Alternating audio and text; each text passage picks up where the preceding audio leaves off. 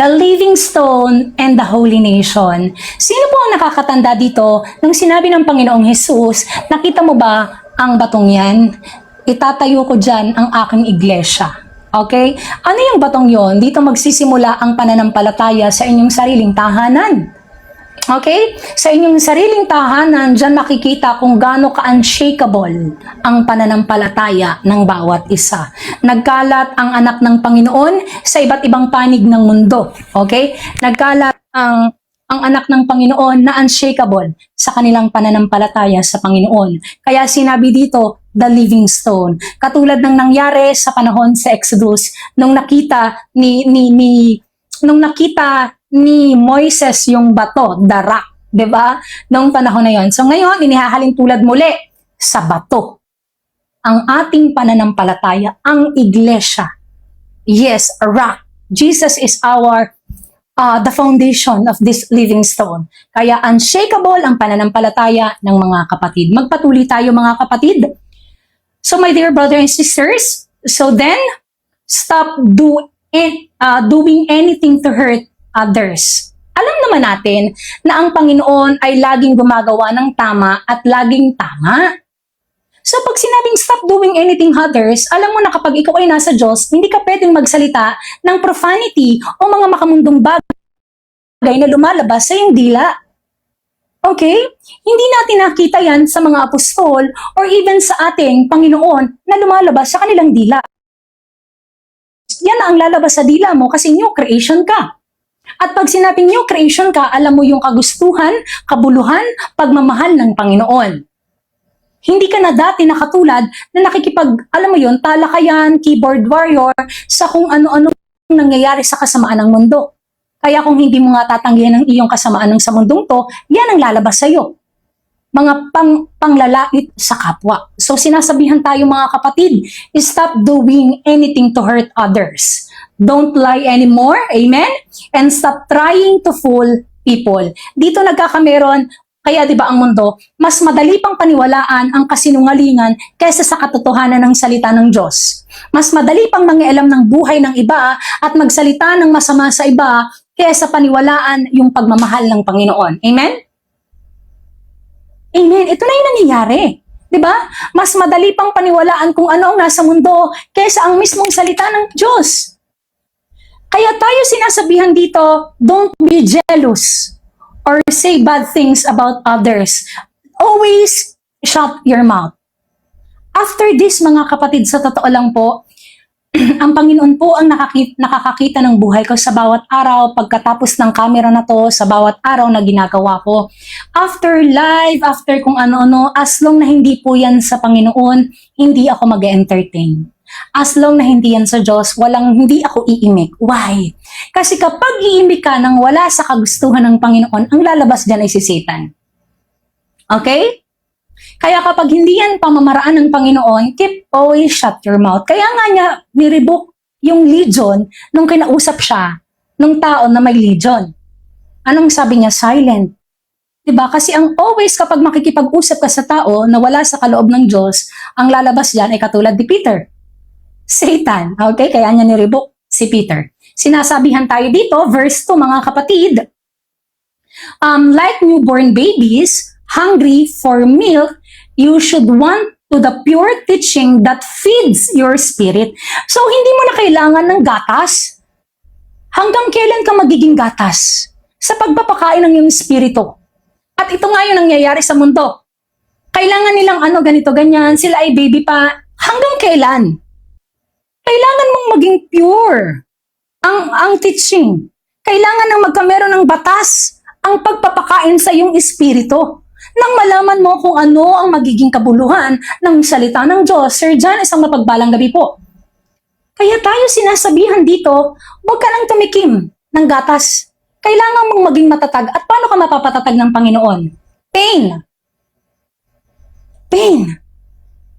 Mga kapatid, huwag niyong alisin na sa inyong isipan na kung ang Panginoon ay hindi inalis sa Panginoong Hesukristo ang cup of suffering, what do you think more? God will not give us what Jesus also feel.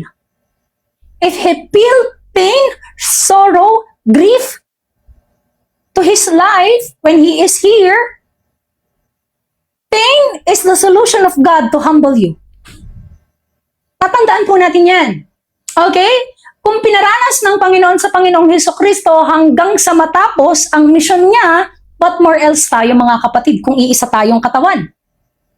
Okay? Kaya wag niyong iaalisin sa sarili nyo na kapag kayo ay nakakaranas ng pain para sa disiplina ng Diyos, this is the way of the living God to humble you. Kasi nakikita po natin ang pride na nangyayari sa mundo because of wisdom. Okay? Because of wisdom. Nakikita natin ang pride na kinakain ng sakmal na sakmal ang mga tao because of wisdom. So, ang number one, para ma-humble ka ng Panginoon at maging kaimahe ka ng Panginoong Hesukristo, pain. To humble you. To humble your heart. To humble your character. To develop your behavior. Okay? Pain. Grow. So, sinasabihan tayo dito, alam kong nararanasan nyo to sa bawat araw. Lungkot, sakit, pagdurusa, alam kong nararanasan nyo yan, gaya ng nararanasan namin. Konting tiis na lang, tayo ay pauwi na. Okay? So, one body tayo, one spirit, one baptism. So, kailangan nating pumaranasan. Gaya ng nakaranas, kasi isang katawan tayo. Sa pag-iisang katawan, alam nating naranasan niya ng Panginoon, naranasan niya ng mga apostol, naranasan niya ng servant, mararanasan natin. Okay? So, yun yung way ng Panginoon para i-humble tayo ng Diyos. Verse 3, mga kapatid, you have already tasted the goodness of the Lord. So, ramdam nyo na. Ano po yun? Peace. Diba? Grace. Sa bawat araw, parang kalmado ka lang. Doon pa lang, ramdam na ramdam mo yung pagmamahal. Ramdam na ramdam mo yung awa ng Panginoon. Sa bawat hininga na hinihinga mo, pagpasalamat mo sa Diyos. Every day we breathe, it is because of the Lord. May mga tao na syempre, mga hindi naniniwala sa Diyos, bakit ganito hindi ko namang ginusto na mabuhay sa mundong to, bakit ganito hindi ko namang ginusto na, diba? Dito mo natatanungin yung pamilya mo. Bakit kayo ang nagkatuluyan? Bakit kayo nagkatuluyan? Eh di hindi sana ako nabuo. Diba? So matigas kasi ang ulo ng tao, mga kapatid. Kaya ang tao, wag kayong magtaka, Ma'am Aya, magandang gabi, kung bakit ang mga tao ay sobrang dami. Okay? Wag tayong magtaka na sa dalawang tao, Eve at Adam, dadami yung tao ng ganyan. Yes. Tingnan nyo kung gaano kasakim at kalaswa ang mga tao pagdating sa laman. Okay? Diba? So kitang-kita natin na talagang ang mga tao ay sobrang lulong sa laman. So, wag kayo magtataka na dadami talaga. Kitang-kita naman natin ngayon kung gaano ang nangyayari sa mundong ito. So, mga kapatid, magpatuloy tayo. Verse 4 na po tayo, okay? So, sinasabi sa kasulatan, siya ang batong buhay na itinakwil ng mga tao pero pinili ng Diyos at mahalaga sa paningin niya. At habang lumalapit kayo sa Kanya, Verse 5, kayo tulad din ng batong buhay ay itinatayo ng Diyos bilang isang gusaling espiritual. Ito yung nangyayari sa ating mga kapatid. Itong unshakable na pananampalataya na itinayo ng Iglesia ng Panginoon, di ba? His kingdom is unshakable because of His Iglesia. Anong sabi doon? Itong pananampalataya na meron ka ang ngayong inaayawan ng tao sa mundo. Itong pananampalataya ng mundo, ang meron tayo, ang siyang kinasusuklaman ng mga tao. Pero ito ang bato na pinili ng Panginoon para ipamukha sa mga tao kung sino ang tinanggihan nila pagdating sa pananampalataya. Madaling magsabi mga kapatid na meron kang pananampalataya pero pag nagsalita ang salita ng Panginoon sa iyo, hindi mo maipakita ngayon kung ano at saan ang kahulugan ng pananampalataya sa buhay mo. Diba? Madaling magsabi na I have faith. Pero pag sinabi na I have faith, no? Pero walang bunga, kasi nasaan yung faith comes from goodness. 1 Peter chapter 1, goodness, ano sabi doon? Add righteous, add holiness. Diba? Madaling magsabi. Ngayon, pag nagsalita na ang salita ng Diyos sa buhay nila, walang maipakitang bunga ngayon. Ngayon, pag sinabing padating na ang Panginoon, ang puso mo ay takot pa sapagkat ang iyong buhay, ang iyong lifestyle ng pamumuhay ay mali ngayon sa paningin ng Panginoon. Kaya may takot ka. Diba? Pero kung tama ang iyong pamumuhay sa mata ng Diyos, sinabi sa 1 John chapter 5, ang iyong puso ay walang conviction. Parang pag sinasabing parating na ang Diyos, handa ka pa. Excited ka pa. Why? Kasi dito mo na-realize na wala kang dapat ikatakot, dapat excited ka pa. Kasi ang taong walang tinatago sa harapan ng Panginoon ay walang dapat ikatakot. Diba? Kaya dito sinasabihan tayo mga kapatid, ito ay gusaling espiritual at bilang mga banal na paring pinili ng Diyos na nag-aalay sa Kanya ng mga espiritual na handog at kalugod-lugod sa Kanya dahil ginagawa nyo sa pamamagitan ng Panginoong Hesukristo. Now, nabanggit po sa Hebrews chapter 9 to 10 na verse, Hebrews 9, tsaka sa Hebrews 10, Jesus is our high priest. So, paano ka maniniwala na buhay ang Panginoong Hesus kung hindi mo kilala ang buong salita niya? Paano ka magkakameron ng pananampalataya kung hindi ka nagkakameron ng hope sa mga bagay ng pananampalataya na meron ka? Hindi ka pwedeng magkameron ng hope, wala kang hope doon eh. Kapag sinabi mong meron kang hope, pero hindi mo alam yung kaloob ng Diyos, wala kang hope doon. Okay, wala kang panghahawakan sa Panginoon pag humarap ka sa Kanya.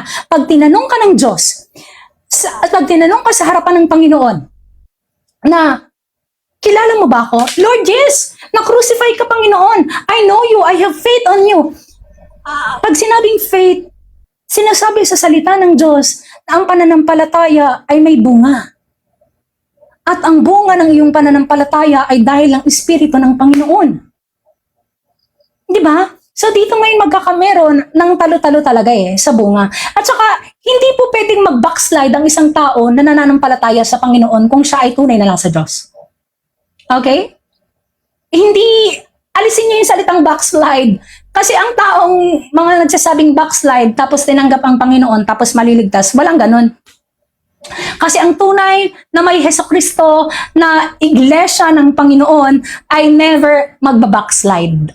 Okay? Yan ay dahil natikman niya yung taste of goodness of the living God. Okay? So yung mga taong tumalikod, dahil na yan sa kanilang pagnanasa ng laman. So gaya ng ginawa ng Panginoon sa Exodus, in the time of Pharaoh and Moises, di ba? Pinatay ng Panginoon yung naniwala kalaunan at nung bandang huli ay hindi. So ganito pa rin po at nabanggit ito sa Jude chapter 1. So mga kapatid, ang gusto lang ng Panginoon ay tapat. Mahirap. Hindi tayo sinabihan ng Diyos na magiging madali. Kasi nga, aalisin natin yung ayaw ng Diyos Nahihirapan po kami. Sobrang hirap po, hindi siya madali. Kasi yung mga malalapit sa'yo, iniiwan ka talaga. Yung malalapit sa'yo, parang ang tingin sa'yo, weirdo na talaga, di ba? Binanggit din po ito sa 1 Peter. So, hindi siya magiging madali, pero posible. Kaya nga makipot yung daan patungo sa kanya. At sinabi niya, kukuhanin niya sa 4 na sulok, tatawagin niya ang mga anghel, di ba?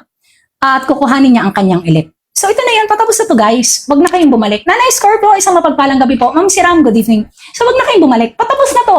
Magtiwala na lang kayo. So alam niyo na yung kaloob ng Diyos, alam niyo na yung pagmamahal ng Panginoon, alam niyo na lahat. Naramdaman niyo yung pagmamahal ng Diyos. Yes, there is no impossible. Always possible with God. There is no impossible to the living God, di ba? So, magkasala kayo, repent. Humingi agad kayo ng tawag kung kayo nagkasin, okay? So, hindi na tayo magiging katulad dati ng pamumuhay natin Ayaw na ng Panginoon ng ganon. So, magpatuloy tayo mga kapatid. Sinabi dito, verse 6, sapagkat sinabi ng Diyos sa kasulatan, may pinili akong maghahari sa Zion. Tulad niya'y mahalagang bato na ginawa kong pundasyon, ang sumasampalataya sa Kanya ay hindi mapapahiya. So alam natin na ito ay ang ating Panginoong Hesus. Kailangan niya lang marinig ang buong counsel ng Panginoon. So kaya tayo nandito sa bawat araw, di ba? Tayo ay inilagay dito ng Panginoon. Lagi niyong tatandaan. Ang laging pinipili ng Panginoon sa Bible o sa mga tinatawag niya, even noon pa man sa Old Testament, ay yung mahina sa paningin ng tao. Okay? Lagi niyo pong tatandaan yan. Na kapag may tinawag ang Panginoon na kanyang gustong patatagin ng mga tao, ito ay mahina sa paningin ng mga tao. Pero sa kanya, anong nakita ng Diyos? Puso. Ang nakita ng Panginoon sa taong yan ay puso. So katulad ni David, Katulad ni Solomon, katulad ng mga tinawag niya noon, apostol, Rahab, di ba? Ang nakita ng Panginoon ay puso. Okay? So, sinabi sa Luke chapter 14 na sa mundong to, ang pinahahalagahan ay bukod sa pera, ay yung mga importante sa mata ng tao. So, huwag kayong makikiayon sa sistema ng mundo kasi nakakatakot yan. Diyan niya nga dinestroy ang tradisyon ng mundo. Tandaan niyo yan. Kasi ang focus ng tao lagi ay tradisyon. So kita natin na nasa tradisyon pa rin ng tao. Laging ang focus ay kung ano yung mahalaga sa paningin ng tao, hindi yung mahalaga sa paningin ng Diyos. Okay? Malis kayo sa tradisyon. Magpasakop kayo sa kingdom ng Panginoon. Magpatuloy tayo mga kapatid. Verse 7.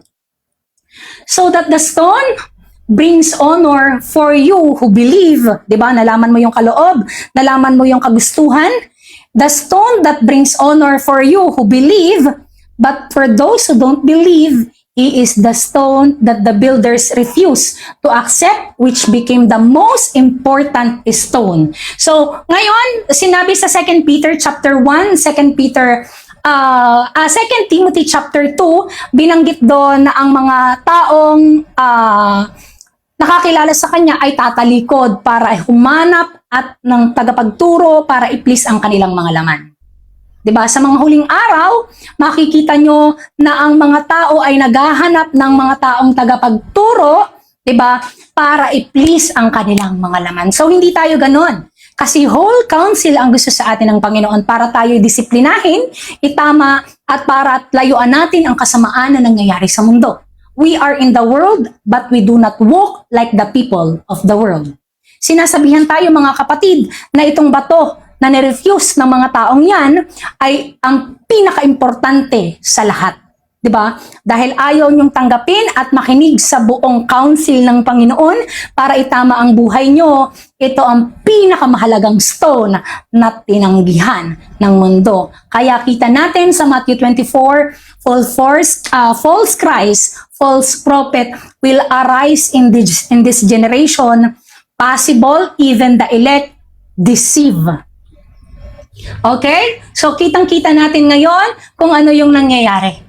Pero sinabihan tayo ng Diyos, who shall endure? Kung sino ang magtitiis, magtiis ka, o will be saved. So, kita natin nangyayari ng lahat ng nangyayari at kinamumuhian na ng mundo kung ano yung pamamaraan at kagustuhan ng Diyos. He is coming. Okay? He is coming. Kunting tiis na lang. Verse 8, mga kapatid, magiging banal at perpekto ang mga katawan nyo. Iniwala kayo. Kaya nyong pumunta sa hell or sa Hades nang hindi kayo napapasok.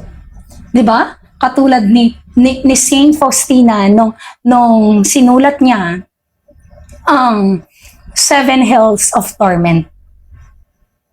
Okay, yung jails sa hell. Totoo po 'yon, yung sulat ni Saint Faustina kasi na-reveal din to sa akin na may iba't ibang room sa hell. Pero yung hell is hindi siya permanente. Ang pinaka-permanent talaga ng mga tao is lake of fire. This is total separation talaga. So, iba pa po yung hell sa lake of fire. Okay? Yung lake of fire, demon people tormented. Pero sa hell, tinotorment ng mga demon ang tao. Okay?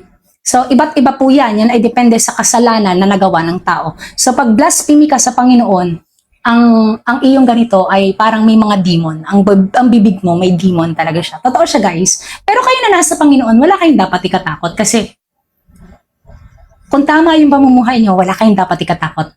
Trust the Lord with all your heart. Okay? So magpatuloy tayo. Whoever believe will have eternal life. So narinig nyo, naniwala kayo, pero yung mga taong hindi na born again, ang gusto lang ay John 3:16, ayaw yung John 3:1:15, paano ka na born again doon? Diba?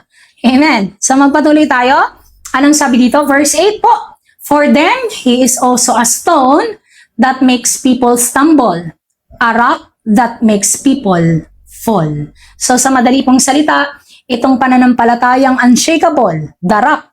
Si Miss Tina, hindi po kayo makatatag maniwala kayo nang wala ang Panginoon. I am useless without Him. Sa lahat na nangyari, ang mga kapatid, ganyan din siguro, di ba? Hindi makakatatag without the Lord. Okay? Kaya nga rock eh. Siya yung iglesia, siya yung pundasyon ng batong yan kung bakit ang taong yan is unshaken. So, He is our foundation of faith.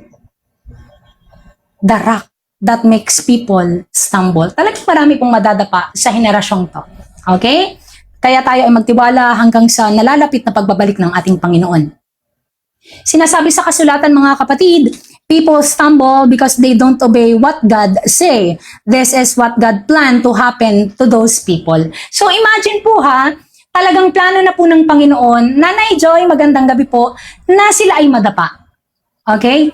Plano na po ng Panginoon na sila ay madapa sa kanilang paniniwala. Kasi ayaw nga daw pong magpasakop sa kaloob ng Diyos. Kaya sinabi ng Panginoon, itong mga taong to ay matitisod dahil ayaw nilang sundin ang salita ng Diyos. Umipili lamang sila ng mga ABCD na verse ng Panginoon para hindi mabago ang kanilang mga buhay.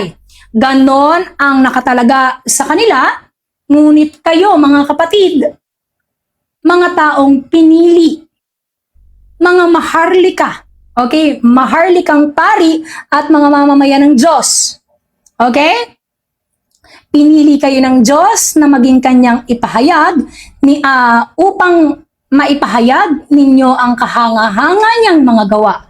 Siya ang tumawag sa inyo mula sa kadiliman tungo sa kahanga-hanga niyang kaliwanagan. So, ibig sabihin, mga kapatid, lahat po ng tao ay magpapatuloy.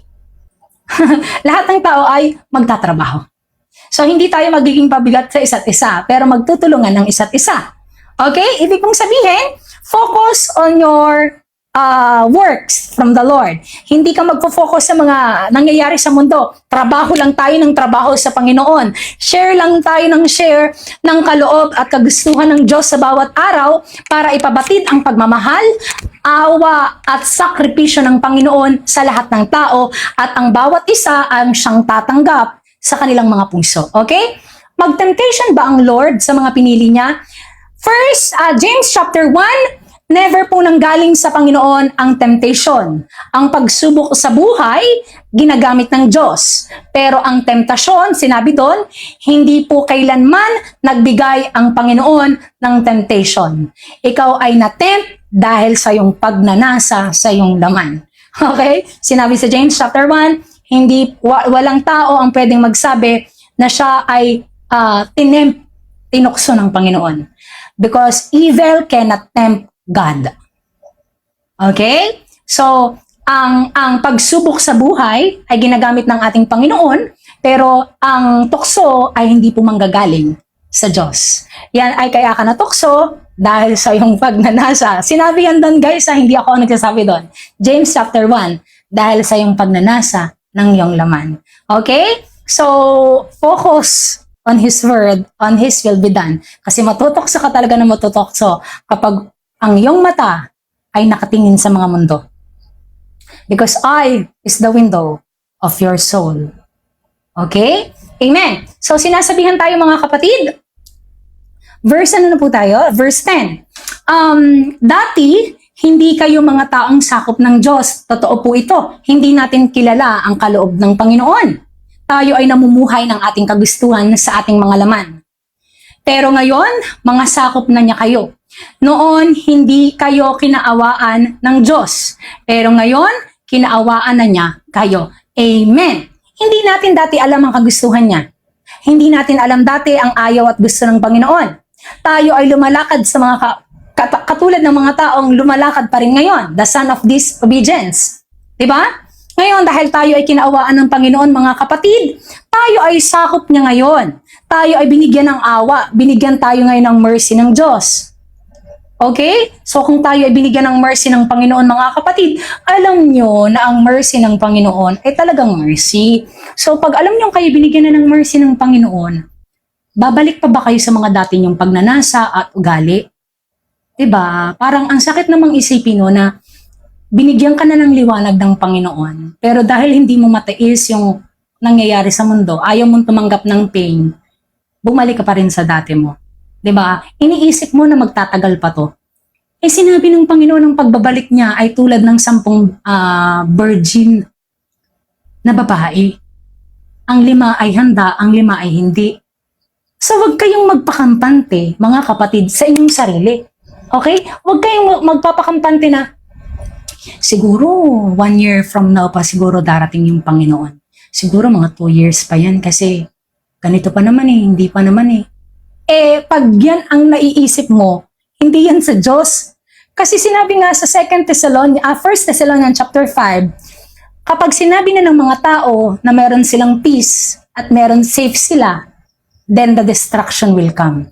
Yan ang wag na wag kayong magpapakampante. Kasi nga kami nga, bawat araw hindi kami kampante sa araw eh. Yung parang sa bawat araw kami lagi ay parang, alam mo yun, naghihintay na may something, na may Hindi kami nagpapakampante ng mga kapatid. Lagi kaming handa na darating ang magnanakaw sa isang gabi. Okay? So, pag yan ang dumating sa isip nyo, wag, nakakatakot yan. Yes, darating ang Panginoon sa hindi inaasahan ng mga tao, mga kapatid, okay?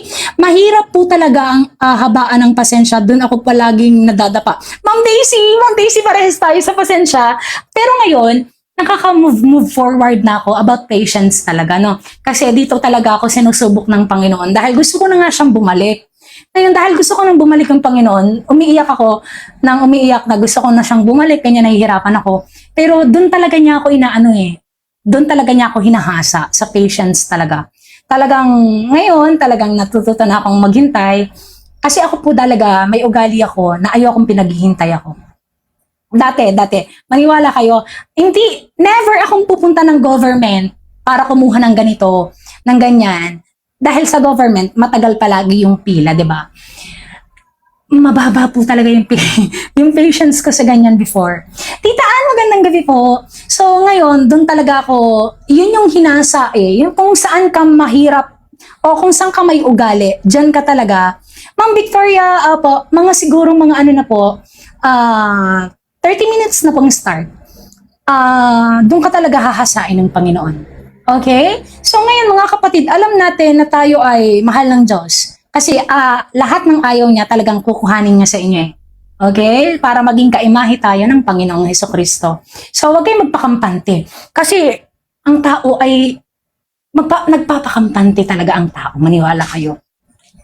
Kitang-kita po natin ngayon na ang tao ay parang kampante sa lahat ng gabi. Kampante sa bawat araw. Kita nyo ha? Saya ng saya. Inuman, party. Yan talaga. Ito talaga yung nangyayari. Di ba na-fulfill na nga yung prophecy? Kinamumuhian na tayo na nasa kaloob ng Diyos. Ayaw nila ngayon magpasakop, di ba?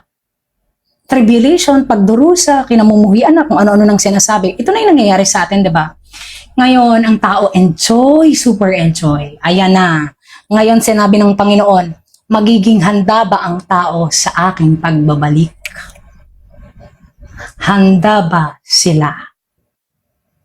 Okay? So tayo, handa tayo guys. Hindi tayo takot. Kaya nga tayo laging ganito. Wait lang, sumagi lang sa isip ko yung pamilya ko guys. Naawa po ko sa family ko, pero ako ay humihingi ng awa sa Panginoon sa pamilya ko. Nawa ay kaawaan ng Panginoon ng pamilya ko, gaya ng awa niya sa akin. Naawa po ko sa pamilya ko. Kung kayo may mga pamilya na hindi naniniwala, naawa rin po ako. Kaya ito yung hinihiling ko sa Panginoon sa bawat araw. Kahit ang reward ko na lang na matanggap sa Panginoon ay pamilya ko. Kasi ayaw maniwala ng family ko. Ang dami ko pong pamangkin, guys. Meron akong 4 na pamangkin, ang babata pa. Hindi na, alam mo yun, nakafocus sila sa mga cartoons, hindi sa salita ng Diyos. Awang-awa ako na maling pagpapalaki ang nangyari sa kanila. Nawa ay kaawaan. Ito yung hinihiling ko lang sa Panginoon sa bawat araw.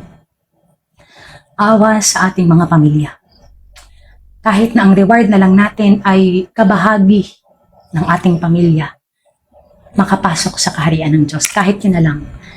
Diba? So, mahal natin ang pamilya natin. Pag mahal natin yung pamilya natin, mahal din natin yung mga taong hindi tayo mahal. Kasi ito ay perfect by love. Okay? So, ipagdasal nyo. Huwag kayong mawala ng pag-asa sa pagdarasal. Okay?